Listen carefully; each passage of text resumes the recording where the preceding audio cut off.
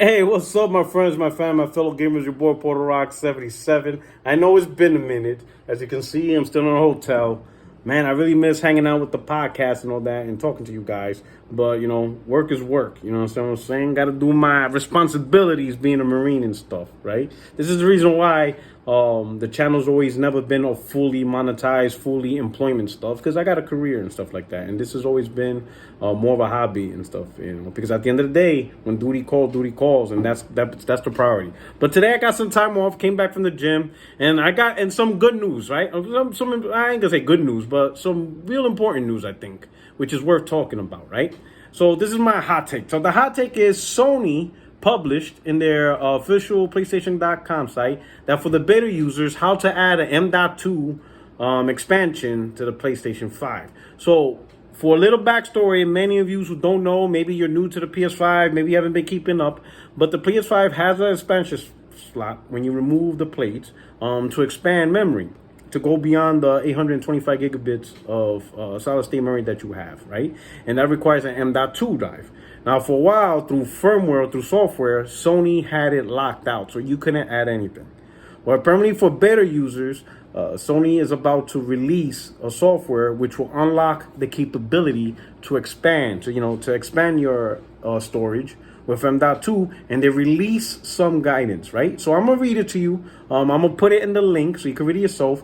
But I'm gonna read it to you and give my thoughts about it. And that's because that's the main thing you guys are here, right? You just don't want to hear me just repeat the news and then say, "Hey, have a nice day." You maybe give my thoughts about it. So this is what Sony said right here. For beta users, how to add M.2 SSD to a PS5 console. Found out which M.2 SSD can be used to expand your PS5 console storage space and how to insert an M.2 SSD into the expansion slot. All right. Important. It says this feature is only available to beta users at this time. The internal M.2 SSD expansion feature will be enabled via an upcoming PS5 system software update. Please check the guide below for more information. Please note that because this is a beta, feature and specification described here may change prior to the official system software release. So, with that, this is my opinion, and this is kind of messed up. I will say this. Beta testers it's in the name, right? You're doing free labor for Sony to validate what expansion SSDs are usable, right? Because the M.2 SSD requirement is going to be a vague. It's actually what's the word I use? Not vague. What's a good synonym? Cinnamon? Did I say cinnamon? No, not cinnamon. I can't even say the right. Oh my god, I'm all messed up here. Hey, forgive me. I've been working 7 days a week, almost 14 hours a day.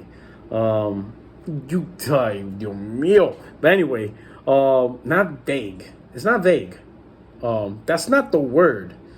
It's kind of like, god damn. Well, I'm really showing my stupidity here. But anyway, whatchamacallit, this beta, right?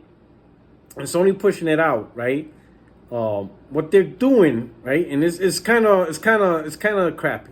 All right, it's kind of crappy because they themselves didn't put in the work to fully say, hey, these are the list of M.2 drives, right?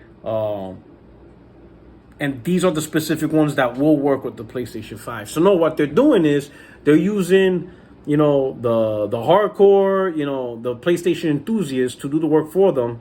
So you guys are putting your product at risk in order to let Sony know, hey, this specific M.2 that I bought with my money works with your PS5. And that's what they're doing. And I think that's kind of crappy. They should have put in the legwork for that. Or at a minimum, like I said, I hardly do beta, so I hardly do beta programs. Maybe they got an email and Sony told them, hey, we advise you check out these lists of stuff. But even if they did do that, if a beta tester actually used one of those stuff and it messes up the PS5, Sony's not going to be held responsible for that. Usually when you do beta, you're at your own risk. And so I think that's kind of crappy. But anyway, so they give you a couple of choices here, how to remove it, whatever. Let's just go to the SSD requirement. Let me click on that, okay? Which M.2 SSD can be used with the PS5 console?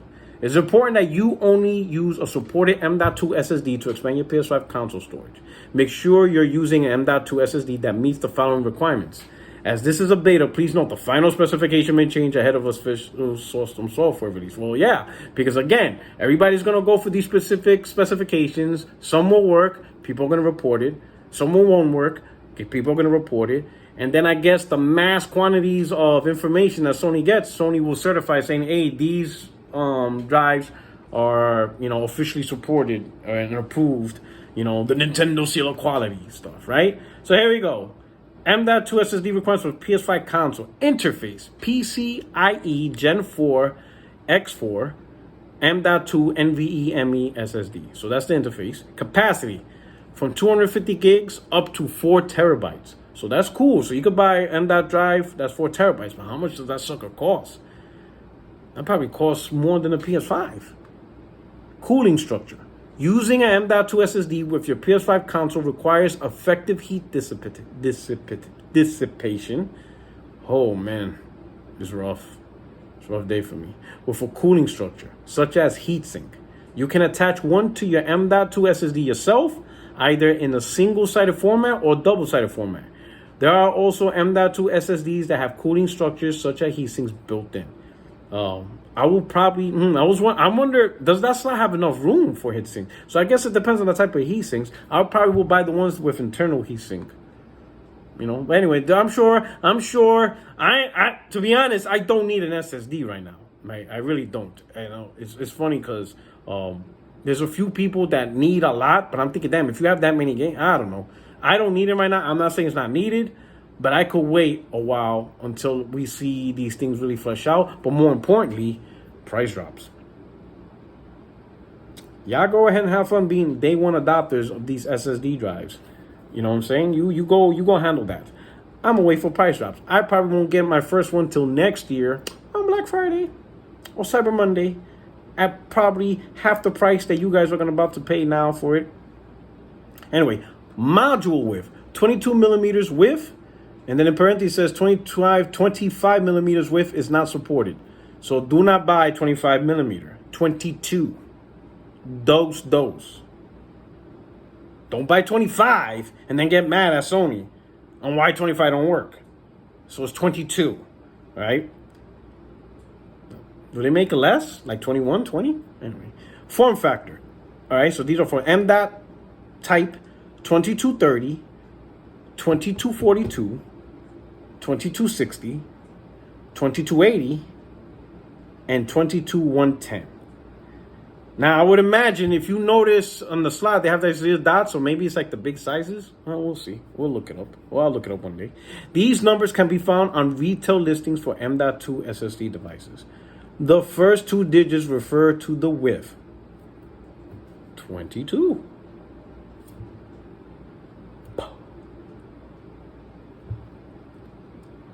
The remaining digits is the length. It's just like what I said. It has the little dots for the different size. So 22 is the width, so that's the thickness. So technically, so that's it. Don't get 25, because it ain't gonna work. 22. Those, right? And then the length is 30, 42, 60, 80, and 110 is the max. All right, that makes sense. It's simple, not hard. So really, as long as you buy 22, I would imagine maybe the 30, 42, 60, 80, 110 comes into play with the size. Maybe like, for example, it says, like earlier we talked about 250 gigs to 4 terabytes. Maybe the 2230, which is the smallest one, is 250 gigs. But if you want the 4 terabyte, it's 110, right? And I would imagine maybe heat dissipation is better with the size. Anyway, here you go. Socket type. Socket 3. And in parentheses says key M. M as in Mike. Okay. Total size including cooling structure. So this is including a cooling structure. In millimeters. Smaller than 110 millimeter length by 25 millimeter width by 11.25 millimeter height. In inches. This is for us Americans. Smaller than 4.33 inch length by 0.984 inch width by 0.442 inch height. See below for full requirements. Yeah, so it's just readdressing the height. Oh, this is something new with the height. The total height, the M.2 SSD and its cooling structure, such as a heatsink, whether built-in or separate, must be less than 11.25 millimeter or 0.442 inches. So that's just regurgitation. The height must also be in the right place in relation to the M.2 SSD circuit board. The size below the board must be less than 2.45 millimeters. In parentheses, 0.096 inch.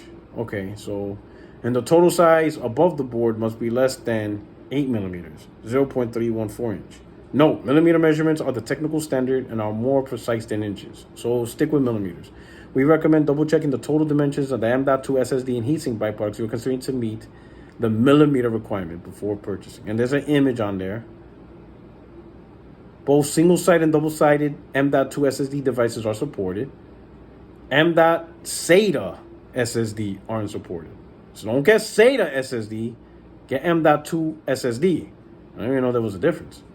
You should carefully review drive specifications prior to purchase and contact the vendor or manufacturer if you need further information. SIE cannot guarantee that all M.2 SSD devices meet the described specifications, will work with your console, and assumes no responsibility for selection, performance, or use of third-party products. Yep, that means I'm buying the Sony specific ones. Don't be getting them Chinese knockoffs. I'm going to tell you that now. Not all games are necessarily playable with the exact same performance, provided the PS5's console internal ultra high-speed SSD, even where the M.2 SSD drive sequential read speed is faster than 55 megabyte? 5500? What?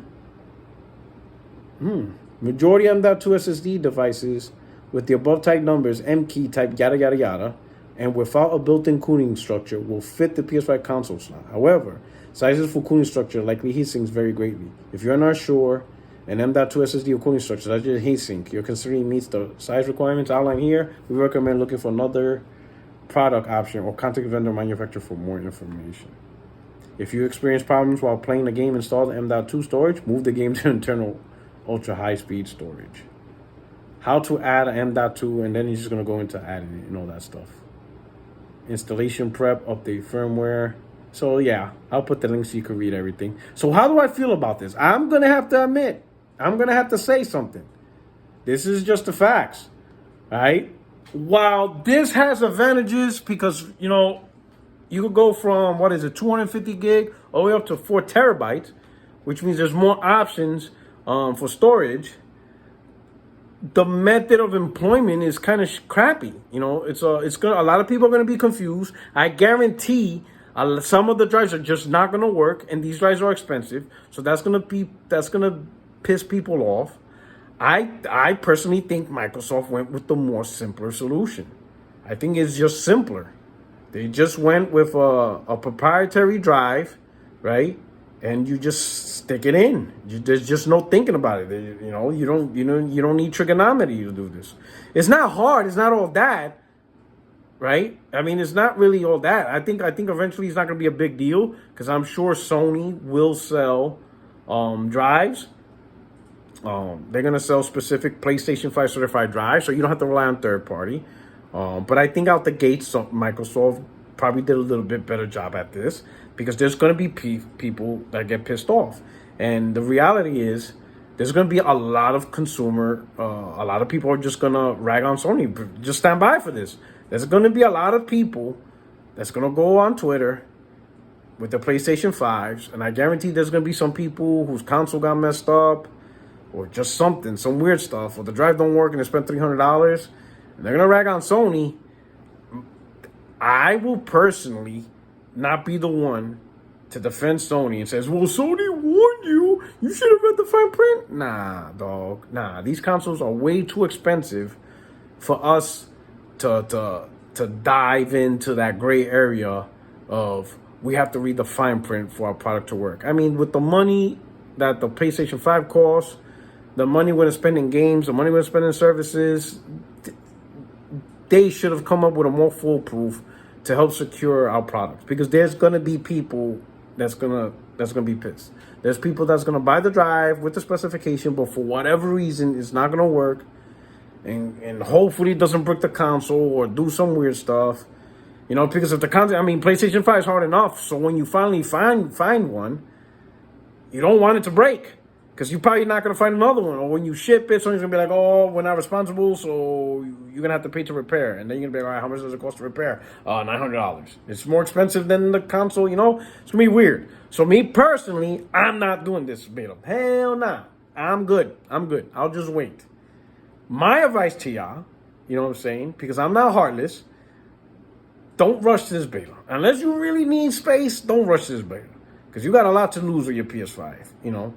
You're doing free labor for them. Let them figure this stuff out. But it is. That's my hot take on this. I don't think, you know, this was well planned overall, right? Sony should be doing the legwork, and they should be saying, "Hey, these are the drives, these are the companies, these are the brands, whatever, and models that are PlayStation approved, and they are backed by PlayStation warranty." That's it. That's all Sony should have done. Even if it means extending this out for 6 more months to a year with no silence, to me, rolling this out as a beta and putting the onus on you guys, and yes, I'm saying you guys, because I'm not doing this. ¿Qué tú crees? ¿Que yo soy pendejo? Boy, Sony chacho.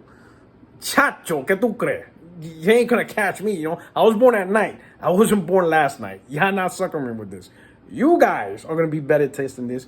And you guys are going to be in the comment sections. You guys are going to be on Twitter flipping out on Sony. I'm not.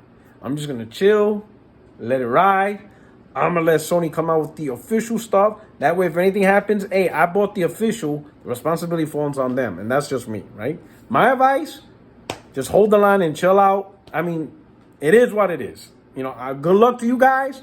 You know, may the odds forever be in your favor. This is your boy BorderRock77, and I'm out. You guys take care. Stay tuned for more content. I might go live this weekend on the phone. Definitely not on, you know, Eto, OBS, whatever. But anyway, I'm out. You guys take care. Peace.